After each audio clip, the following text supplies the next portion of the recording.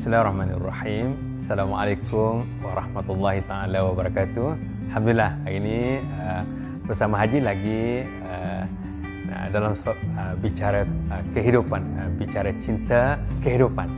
Mari kita bincang lagi beberapa perkara yang berkaitan dengan hasrat dan niat kita untuk membina keluarga yang bahagia, keluarga yang hidup berkasih sayang, tenang, aman, damai selamanya.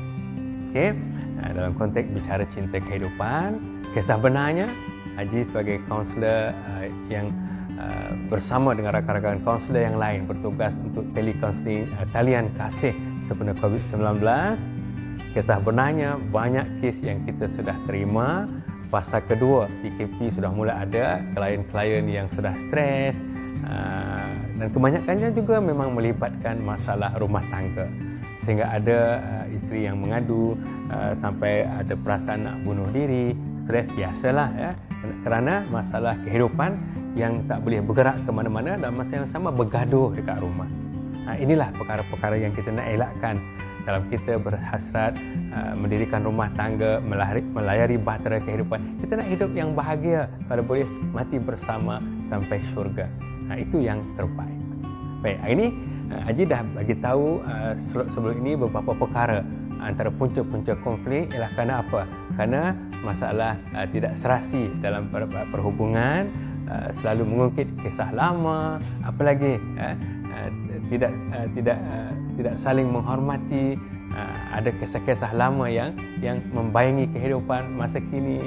Ini semua ini adalah punca yang menyebabkan konflik dan pergaduhan dalam rumah tangga. Baik, jadi kita sambung lagi antara perkara yang memberi kesan kepada keharmonian rumah tangga ialah hari ini Haji nak sebut tentang keuangan, masalah keuangan. So adik-adik anak muda yang baru berkahwin, yang lama pun samalah memang masalah keuangan antara punca yang besar melibatkan ramai kes, banyak kes. Semasa kita bujang, kita tak ada tanggungan yang besar tentang kehidupan, tentang keuangan. Tapi ingat, bila kita sudah berkahwin, sudah mula mendirikan rumah tangga, kita kena fikirkan apa persediaan kita untuk menjana ekonomi kita. Peringkat awal, 1 tahun, 2 tahun barangkali selepas perkahwinan, kita masih boleh tenang. Kalau isteri kita bekerja, kita sama-sama bekerja, gembira, boleh makan kat luar dan sebagainya. Kalaupun isteri kita tidak kerja, barangkali sekadarnya ada makan minum kita yang cukup, rumah sewa barangkali boleh dibayar, kereta boleh dibayar.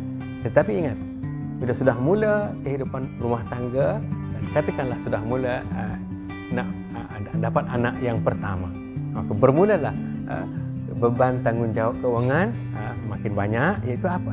Sekarang nak sediakan peralatan baby, rawatan isteri yang sedang mengandung, nak bayar deposit doktor, barangkali kita nak isteri lahirkan di klinik swasta. Maka ini semua melibatkan keuangan yang besar. Jadi semua ini kena ambil kira dalam kehidupan rumah tangga. Baik, so kalau begitu, kita tidak boleh lagi, kalau lelaki tidak boleh lagi hidup seperti orang bujang. Ada tanggungjawab yang besar yang perlu diatur. Sekarang isteri mengandung, contohnya anak pertama, mesti berikan perhatian, mesti bantu dia, jaga dengan penuh kasih sayang. Tak boleh lagi nak melepak, minum teh tarik, main golf, memancing bagai. Boleh, tapi kena atur masa sebab isteri perlukan perhatian. Ini kena jaga. Dalam masa yang sama, sudah bersedia untuk urusan keuangan sebab beban keuangan akan bertambah bila anak dilahirkan, susunya, pakaiannya, pampers dan semua. Ini semua pertambahan sumber keuangan yang perlu diambil kira. Kalau kita sudah bersedia, tak ada masalah. Kalau kita kerja kita gaji tak berapa besar, kita berbincang apa kelebihan, apa kepandaian yang kita ada. Suami boleh buat kerja sampingan, isteri juga boleh buat kerja sampingan. Yang penting mesti bersama berbincang dan sama susah sama senang. Itu akan bahagia rumah tangga. Baik, apa lagi antara punca konflik selain daripada keuangan yang sebut yang pertama, iaitu apa? Masalah tak mahu berubah. Apa yang dimaksudkan masalah tak mahu berubah ni? Pasangan suami dan isteri yang tak mahu berubah.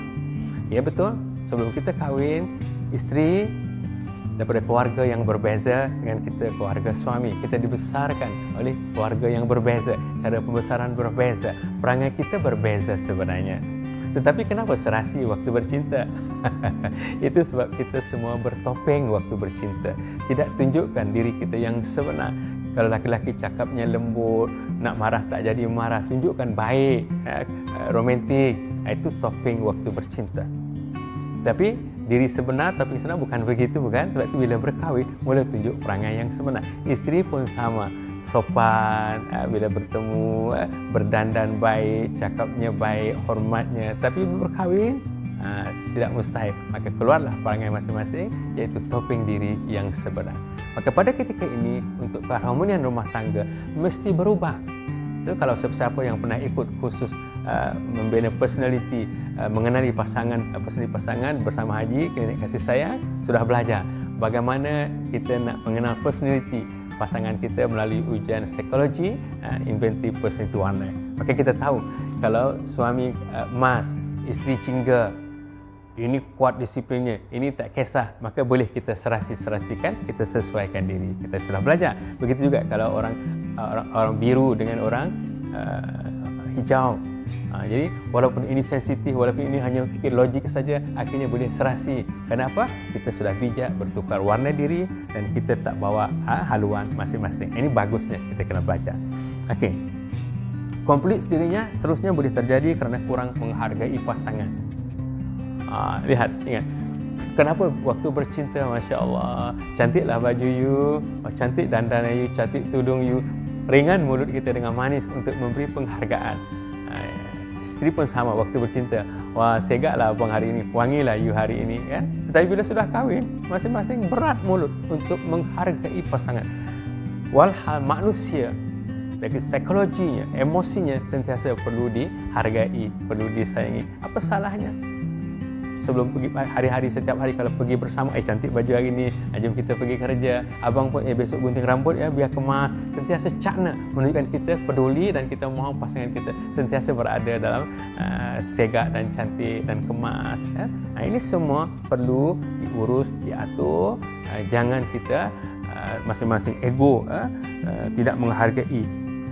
Yang silap lagi, ada pasangan bila di tempat kerja, Masya Allah, dialah jadi kaunselor yang terhebat di tempat kerja, melayan semua perasaan orang lain. Kalau lelaki-lakinya, ramai orang yang terpikat kerana cairnya cara dia bercakap, melayan orang lain, bukan isteri. Tapi bila balik ke rumah, topengnya lain, panas baran dan sebagainya. Ini tak baik untuk kehidupan berumah tangga kalau kita ada niat nak membina keluarga yang bahagia. Perempuan pun sama. Wah, kalau di luar dengan gayanya, dengan dandannya, dengan wanginya, di rumah pula sedekah dan sebagainya. Ini semua tak boleh diatur dengan baik, ya. Kemudian ada satu lagi yang saya nak sebut, ialah tiada keseimbangan kerjaya dan rumah tangga. Ini juga punca konflik. Maksudnya apa? Haji sebut tadi, ada yang kerja di pejabat bukan main hebat, dapat anugerah cemerlang, pekerja pegawai yang terbaik, tetapi tidak diseimbangkan dengan sikap terbaik di pejabat bila balik ke rumah. Bila balik ke rumah, dia jadi malas, dia tak nak tolong isteri. Dalam kepala dia, kerja rumah mesti isteri yang buat. Ini tidak ada keseimbangan. Kalau isteri tak kerja, walaupun dia tak kerja, cuba sekali-sekala hari cuti, hari minggu, kita bersama isteri duduk dekat dapur, tolong dia masak daripada pagi, raikan dia. Cuba sekali-sekala potong ikan, siang ikan, potong bawang. Kita akan rasa penat. Itu baru kerja itu. Bayangkan seorang isteri yang suri rumah sepenuh masa. Daripada bangun pagi, kalau ada anak lagi, atur makan anak, atur makan kita, cuci pakaian, jemur, lipat, nak masak lagi. Tak sempat berehat sebenarnya. Kalau kita pernah bersama, pernah membantu dan kita merasa ini, kita jadi suami yang prihatin, suami yang penyayang, dan isteri tidak mahu kita yang buat semua itu, tapi cukup sekadar kita bersama meraihkan, memberi penghargaan kepada dia. That's the power hubungan antara manusia, kasih sayang, atur penghargaan diri dan sebagainya. Yang satu lagi yang kita sebut ialah dendam. Ada dendam antara kita, ada dendam antara suami dan isteri. Haji dah sebut sebelum ini, bila kita dengan pasangan kita yang baru kita kenali dan berkahwin, maka segala kisah lama dalam kehidupan jangan dibawa lagi. Isteri dengan kisah lama yang dahulu sebelum bertemu kita, itu kisah lama dia, sejarah hidup dia. Kita pun sama. Sebelum kita bersama isteri, kita ada kisah lama. Itu sejarah hidup lama. Jangan dibawa lagi. Maka bermula kita dengan pasangan kita, bermula kita bersama, itulah kehidupan kita. Jangan ada dendam tentang cerita-cerita lama. Ataupun setelah berkahwin, ada ketikanya sedangkan lidah lagi tergigit, ada buat kesilapan yang menyebabkan pasangan kita marah. Dan kemarahan itu menjadikan dendam kepada kita. Tak elok. Rungkaikan, selesaikan segera dan kembali tenang dan aman untuk meneruskan kehidupan. Jangan diungkit, jangan dendam lagi tentang cerita-cerita lama yang telah kita lalui. Setelah kita bermaafan, maka kita saling memahami, saling bekerjasama, saling memaafkan. Pasangan yang hebat ialah memohon maaf dan memaafkan. Jadi jangan ada dendam, ya. Baik, dan akhir sekali untuk hari ini Haji nak sebut tentang isteri atau suami yang durhaka. Ini memang menjadi punca masalah kerana itulah hasrat, itulah yang kita nak bina supaya isteri dan suami dan isteri hidup berbahagia, tidak ada yang durhaka. Isteri yang durhaka macam mana? Senang saja, tetapi berlaku, iaitu nak pergi mana, nak keluar dengan siapa. Jarang, berat mulut untuk minta izin dengan suami. Padahal hak seorang suami isteri ialah mesti taat dan mesti minta izin. Nak keluar ke mana pun, nak berjumpa siapa, just minta izin. Dan sekarang lagi mudah. Hanya menggunakan handphone, kita sudah boleh telefon suami, abang hari ini saya nak ke mana, berurusan dengan siapa. Jadi urusan akan jadi mudah. Dengan izin suami, kita tak terhalang oleh dosa taat kepada suami. Isteri pun sama. Janganlah di tempat kerja ada kawan-kawan lelaki yang kita layan berlebih-lebih, menjadikan suami tak senang, menjadikan suami rasa cemburu. Ini tak baik. Dan suami berhak untuk menghalang isteri berjumpa dengan orang yang tidak dia suka ataupun bawa datang ke rumah tetamu yang dia tak izin. Itu kita kena jaga dari segi elakkan diri daripada menderhaka kepada suami. Suami juga menderhaka kepada isteri kerana ada orang ketiga, ada orang yang kita layan dengan cara tak betul di luar, semua pun sama. Mari, inilah pasangan kita, suami isteri yang kita ada, yang terbaik, tidak ada duanya. Terus bina kehidupan dengan penuh kasih dan sayang. Baik, cukup untuk hari ini dari segi punca-punca antara konflik rumah tangga yang mungkin berlaku. Maka Haji hari ini nak sebut bahawa Haji teringat, Haji nak sebut lagi bagaimana contoh yang ditunjukkan oleh Sayyidina Umar bila berurusan dengan isterinya. Pada satu hari, ada seorang pemuda datang untuk berjumpa Sayyidina Umar dengan tujuan untuk apa? Untuk mendapatkan nasihat. Nasihat apa? Nasihat kerana dia selama ini bersama isterinya di rumah, selalu hari-hari isterinya berletih. Isteri dia suka berletih. Jadi dia datang ke rumah Sayyidina Umar untuk dia minta pandangan, minta nasihat. Sesampainya di rumah Sayyidina Umar, apa yang berlaku? Dia mendengar di bawah sebelum dia bagi salam berjumpa Sayyidina Umar, dia mendengar suara seorang perempuan yang sedang berletih. Masya Allah, dia dengar berletih saja perempuan ini.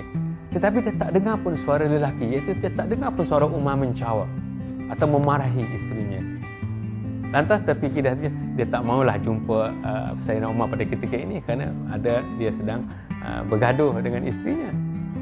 Dia nak balik, tetapi Sayyidina Umar nampak, Sayyidina Umar panggil, sahabat, mari, ada hajat apa ni datang nak jumpa saya. Okay? Maka sahabat itu berceritalah, ada niat hajatnya untuk dapatkan nasihat daripada Sayyidina Umar tentang isterinya yang selalu berletih, marah-marah, dia tak senang. Maka apa jawab Sayyidina Umar? Sayyidina Umar bagi tahu, isteriku orang yang setiap hari memasakkan makanan untukku daripada dulu sampai sekarang, jaga makan minum aku. Isteriku yang berkorban mengandung, berkorban nyawa melahirkan anak-anakku bersabung nyawa. Menjaga harta bendaku semasa pemergianku. Apalah sangat waktu dia nak berletih, dia nak marah-marah. Kita diam sajalah, kita izinkan sajalah. Janganlah kita menyampuk, janganlah kita marah-marah. Berilah ruang untuk dia melepaskan perasaannya. Hebat kan pesanan Sayyidina Umar? Jadi bila pemuda ini dengar begitu, dia senyum, dia balik ke rumah, dia lakukan sebagaimana yang dilakukan oleh Sayyidina Umar. akhirnya hidup tenang. Nak berletih pun dah kita tak layan, akhirnya penat isteri. Tapi beri ruang dia meluahkan perasaan, maka dia akan tenang, maka kehidupan akan jadi aman dan tenang. Satu lagi saya nak sebelum kita berakhir hari ini aja nak tunjuk, nak ingatkan kita, pernah kan dengar lagu yang viral sekarang, lagu Aisyah isteri Rasulullah? Apa maksud bait lirik lagu itu? Antaranya Haji pernah dengar, iaitu apa dia? Mula indah cantik berseri, kulit putih bersih merah di pipimu, dia Aisyah putri Abu Bakar isteri Rasulullah. Mengisahkan bagaimana Aisyah anak Sayyidina Abu Bakar isteri Rasulullah berhubungan berkasih sayang dengan Rasulullah. Kalau sedikit lagu dia macam mana? Mula indah cantik berseri, kulit putih bersih merah di pipimu, ya Aisyah putri Abu Bakar isteri Rasulullah. Lebih kurang begitu kan? Tengok bait seterusnya. Sungguh sweet Nabi mencintaimu, hingga Nabi minum di bekas bibirmu. Bila marah Nabi kan bermanja, mencubit hidungmu.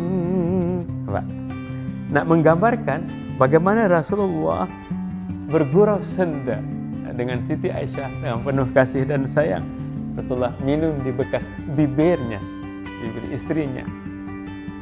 Bila marah, gurau sendanya, cupit hidungnya, cium pipinya, bermanja.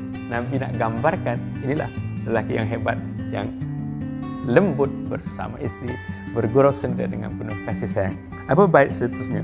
Aisyah, romantisnya cintamu dengan Nabi, dengan baginda kau pernah main lari-lari, selalu bersama hingga hujung nyawa kau di samping Rasulullah. Apa ceritanya?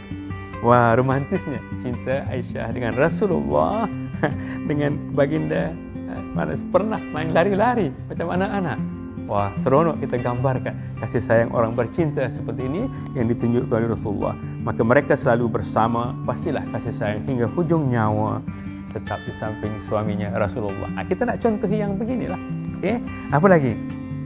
Aisyah, sungguh manis usirah kasihmu, bukan persis Nobel mula benci jadi rindu. Kau istri tercinta Aisyah Humairah, Rasul sayang kasih Rasul cintamu. Bait ini panggilan Humairah, kemerah-merahan itu, panggilan manja kepada Siti Aisyah.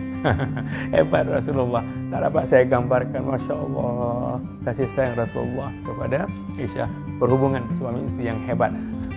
Apalagi cerita isteri Rasulullah yang pertama, Siti Khadijah, itu lagilah hebat. Nanti Haji ceritakan di lain tempat. Baik, mari kita teruskan kehidupan berkasih sayang suami isteri. Kalau sudah anak bersama anak-anak, bina keluarga yang bahagia, rumahku syurgaku. Kita nak keluarga yang mawadah warahmah, terus di landasan yang betul, yang landasan agama dalam perjalanan keluarga kita, yang akhirnya insya Allah jika ketuanya, jika suami melayarkan bahtera kehidupan dengan kemudinya iman, dayung bersama, layarnya ikhtiar bersama, insya Allah pasti walaupun melanda badai dan gelora sekali-sekala, kita akan tetap menuju terus ke destinasi syurga, insya Allah.